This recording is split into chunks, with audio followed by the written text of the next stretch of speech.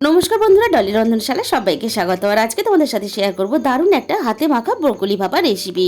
এটা বানাতেও যতটা সোজা, খেতেও কিন্তু ততটাই টেস্টি হয়। এখানে আমি ব্রোকলি কেটে নিয়েছি। প্রথমে আমি কড়াইয়ের মধ্যে কিছুটা তেল খুব ভালোভাবে গরম করে নিয়ে আমি ব্রোকলিটা দিয়ে দেব। তেলের পরিমাণ কিন্তু নিজেদের মতন করে কম বেশি করে নিতে পারবে। ব্রোকলিটা দিয়ে আমি এরপরে স্বাদ মতো লবণ দিয়ে দিলাম। লবণ দেওয়ার পরে আমি হালকা নাড়াচাড়া করে ব্রোকলিটা একটু লবণের সাথে খুব ভালোভাবে মিশিয়ে নেব। ঢাকা দিয়ে আমি একটু নরম হতে দেবো। এটা একটু নরম হতে থাক। তোমাকে আমি একটা মশলা বানিয়ে নেব। তার জন্য মিক্সিং জারের মধ্যে দিয়ে দিলাম বড় চামচের 1 চামচ পোস্ত আর কয়েকটা কাজু বাদাম। খুব ভালোভাবে পেস্ট বানিয়ে নেব। এবার আমি ঢাকা খুলে দেখে নেব। দেখো ব্রোকলিটা কিন্তু অনেকটাই নরম হয়ে এসেছে। এবার আমি একটু হালকা নাড়াচাড়া করে নিয়ে এর মধ্যে আমি দিয়ে দিলাম 1 চামচ পরিমাণ হলুদ গুঁড়ো। এবার আমি ব্রোকলিটা খুব ভালোভাবে ভেজে নেব।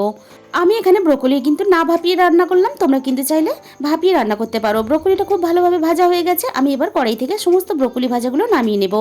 সমস্ত ব্রোকলি ভাজাগুলো আমি একটা থালার মধ্যে নিয়ে নিয়েছি। এবার আমি দিয়ে দিলাম এখানে 2 চামচ পরিমাণ টক দই। টক দইয়ের টক বুঝিয়ে এখানে স্বাদ মতো চিনি দিয়ে দিতে হবে। আর দিয়ে দিলাম 1/2 চামচের একটু বেশি ঝাল লঙ্কার গুঁড়ো। আর দিয়ে দিলাম 1/2 চামচ জিরে গুঁড়ো। আর দিয়ে দেবো 1/2 চামচ ধনে গুঁড়ো। সব শেষে আমি এখানে দিয়ে দিলাম কাজু বাদাম আর পোস্ত যে পেস্টটা আমি বানিয়েছিলাম সেই পেস্টটা। আর দিয়ে দেবো স্বাদ মতো লবণ। ব্রোকলি আমি এখানে কিন্তু লবণ দিয়ে ভেজেছি, তাই লবণের পরিমাণটা এখানে বুঝে দিতে হবে। বন্ধুরা, ব্রোকলি হয়তো তোমরা অনেকে অনেক রকম ভাবে খেয়েছো, তবে একবার এইভাবে রান্না করে খেয়ে দেখো, আশা করি তোমাদেরও ভালো লাগবে। সবকিছু খুব ভালোভাবে হাত দিয়ে মেখে নেওয়ার পরে আমি ওই একই কড়াইয়ের মধ্যে 1 চামচ পরিমাণ দিয়ে দিলাম সরষের তেল। আর দিয়ে দিলাম অল্প একটু ঘি। তেলের সাথে ঘি দিলে তাহলে কিন্তু তরকারির ফ্লেভারটা খুব ভালো আসে আর খেতেও খুব ভালো লাগে। অল্প একটু গোটা গরম মশলা দিয়ে আমি এখানে মেখে রাখা ব্রোকলিটা দিয়ে দিলাম।